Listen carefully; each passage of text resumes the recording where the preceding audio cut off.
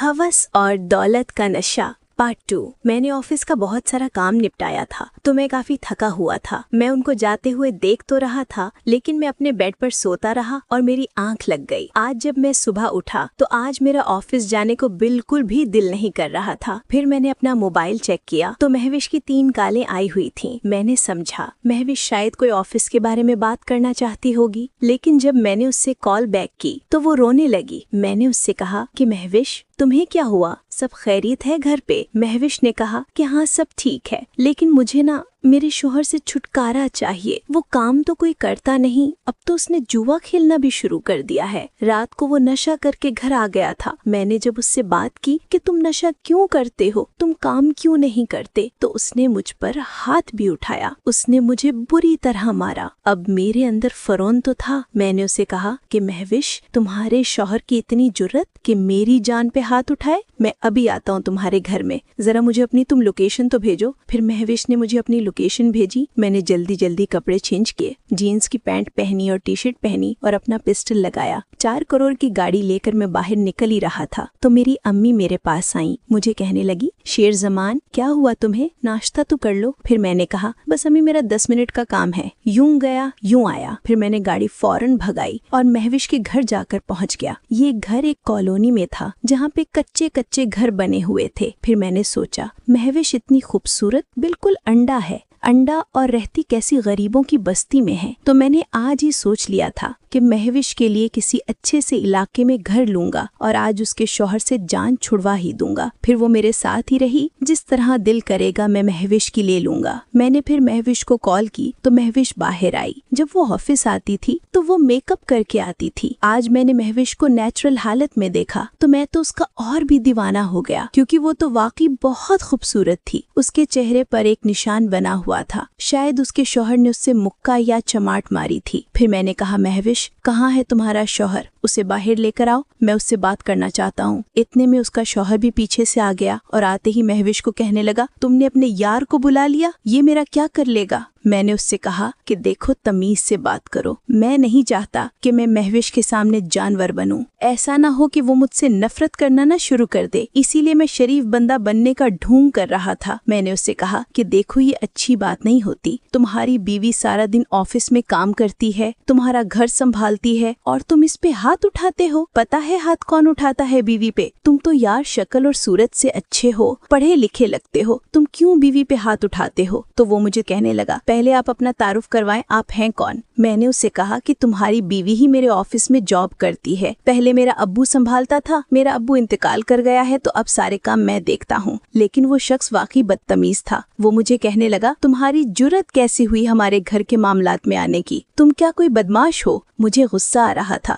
लेकिन मैंने कंट्रोल किया हुआ था। और फिर महविश भी उससे बोलने लगी, तुम मुझे तो इतना सताते हो, मेरी बॉस को नहीं सुनाओगे? उनकी वजह से तो हमारा घर चलता है और ये अगर ना होता तो मैं आज रोड पे आ जाती और तुम्हें कहाँ से नशे के पैसे देती। फिर मैंने उससे कहा कि यार तुम इतने अच्छे हो, देखो तुम नशा भी करते हो, जुआ भी खेलते हो, छोड़ दो ये काम। कितनी खूबसूरत तुम्हें बीवी मिली है, तुम्हारा कितना ख्याल रखती है, तुम भी इसके साथ हुस्ने सलूक करो, इसका ख्याल रखा करो। वो कहने लगा, मुझे तुम बताओगे हमारे घर के मामलात में आए क्यों? उसने मेरे सामने ही महविश के मुंह पर एक जोरदार थप्पड़ दे मारा। उसने जैसे ही थप्पड़ मारा मेरा सब्र का पैमाना टूट गया। मैंने फौरन गन निकाली और चैम्बर लोड किया। मैंने उसके सीने पे रख दिया। मैंने कहा, अब उठा, तेरी हिम्मत कैसे हुई मेरी महविश को मेरे सामने मारने की? हाँ, मैं तुम्हारी बीवी महविश से प्यार करता हूँ, तू क्या कर लेगा? तू क्या मेरे सामने एक मच्छर है? मैं तुझे निगल जाऊंगा और डक्कार भी नहीं लूंगा। महविश ने मेरा रूप शायद पहली दफा देखा, वो तो फुल्ली डर गई। मुझे कहने लगी, शेर जमान साहब आप छोड़ दें, बस ये ऐसे ही है नशे में, इसको खुद ही मैं संभाल लूंगी। मैंने कहा, छोड़ो महविश, ऐसे जानवर के साथ मत रहो जो तुम्हारी कदर ही नहीं करता। मैं आज ही तुम्हारे लिए कोई फ्लैट या बंगला किराए पे लेता हूँ, इसको छोड़ो, उधर शिफ्ट हो जाओ। फिर वो कहने लगी, नहीं शेर जमान साहब, मैं बस गुजारा कर लूंगी, क्या करूं, 2 बच्चे हो गए हैं ना। मैंने उससे कहा, कि मैं ऐसे शख्स को तुम्हारे पैरों में गिराऊंगा, मैं इससे माफिया मंगवाऊंगा, मैं इसको ऐसे थोड़ी छोड़ूंगा। तुम बस मेरा कहना मानो, हम दूसरी जगह लेकर रहेंगे और मैं इस पे केस करवाऊंगा, बच्चे के खर्चे का दावा करूंगा, मैं इसे सारी उम्र जेल से निकलने ही नहीं दूंगा। ये उसे धमकियां लगा रहा था तो मोहल्ले के बुजुर्ग सुन रहे थे। तो फिर वो कहने लगे, देखो बेटा, हमारी बात सुनो, आप सही कह रहे हैं, आप बड़े लोग हैं, आप कुछ भी कर सकते हैं, लेकिन कहानी एक तरफ की ना सुना करें, दोनों तरफ सुना करें। हम तो इस मोहल्ले में रहते हैं ना, कसूर इन दोनों का है। महवी जो लड़की है वो कैरेक्टर की ठीक नहीं है, वो रात को 1-1 बजे तक घर वापस आती है। महविश के शोहर को तुम्हें कुछ भी नहीं बोल रहा था, वो भी सिर्फ महविश की वजह से, लेकिन जैसे ही उस बुजुर्ग ने महविश की कैरेक्टर की पे बात की तो मुझसे बर्दाश्त ना हुआ। मैंने उसे एक जोरदार थप्पड़ खींच के लगाया। मैंने कहा, आप एक बुजुर्ग हैं, आप अपनी उम्र का लिहाज करें, आपको शर्म नहीं आती? बेटी जैसी औरत पे इल्जाम लगाते हैं। फिर वो बुजुर्ग कहने लगा, चलो चलो, ये इनका मसला है, हम यहाँ पे अब क्या करें, थोड़ी आए हैं। फिर वो जब सब लोग चले गए, अब गली में महविश और उसका शौहर था। महविश मुझे बार बार रोक रही थी। मैंने कहा, तू जा अपना सामान पैक कर और मैं इमरजेंसी में तुम्हारे लिए कोई घर ढूंढता हूँ। और फिर मैं उससे शौहर को कहा, मैंने कहा, तूने अब भी अगर इसको हाथ लगाया तो मैं आऊंगा और मैं गोली मार दूंगा तुझे। तू मुझे जानता नहीं है कि मैं किसका बेटा हूँ और मैं क्या कर सकता हूँ।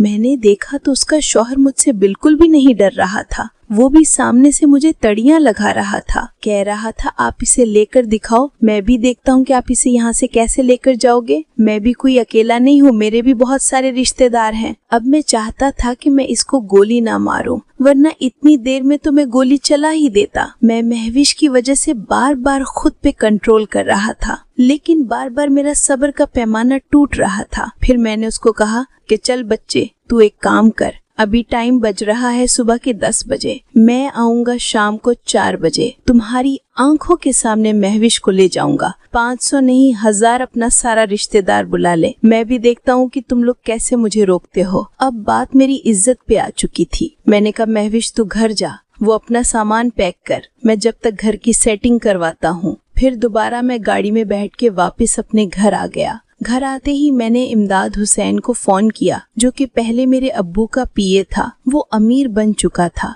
मैंने उससे कहा कि मुझे इमरजेंसी में कोई फ्लैट या घर चाहिए, लेकिन अच्छी लोकेशन पर। मेरी अम्मा भी सुन रही थी। वो मुझे कहने लगी, शेर जमान, किसके लिए घर चाहिए? फिर मैंने उससे कहा कि मेरा एक दोस्त है, वो गांव से आ रहा है, अपनी फैमिली के साथ के लिए चाहिए। मैंने अपनी अम्मी को झूठ बोला, लेकिन इमदाद हुसैन को समझाया। वो मुझे कहने लगा, आपको कहीं महविश के लिए तो घर नहीं चाहिए? मैंने कहा, हाँ, लेकिन तुम्हें कैसे पता? वो कहने लगा, तुम्हारा अब्बू भी उसी के लिए घर ढूंढ रहा था, उसका शौहर उससे मारपीट करता है। तुम अब्बू भी उसने बताया था कि मैं आपको ये कहता हूँ कि बेटा, इस मियाँ बीवी के मामले में अपना आप ना ही पढ़ो तो अच्छा है। आपका एक लेवल है, स्टैंडर्ड है, आपका नाम है, वो झोंपड़पट्टी के लोग हैं, उनको क्या पता इज्जत का। फिर मैंने कहा, नहीं इमदाद साहब, अब बस हो गई है, अब मैंने महविश को हाँ कर दिया है, मुझे घर चाहिए। वो कहने लगा, अच्छा मैं दोपहर तक कर लूंगा। मैंने उसे कहा कि जितने पैसे लगते हैं लगाओ,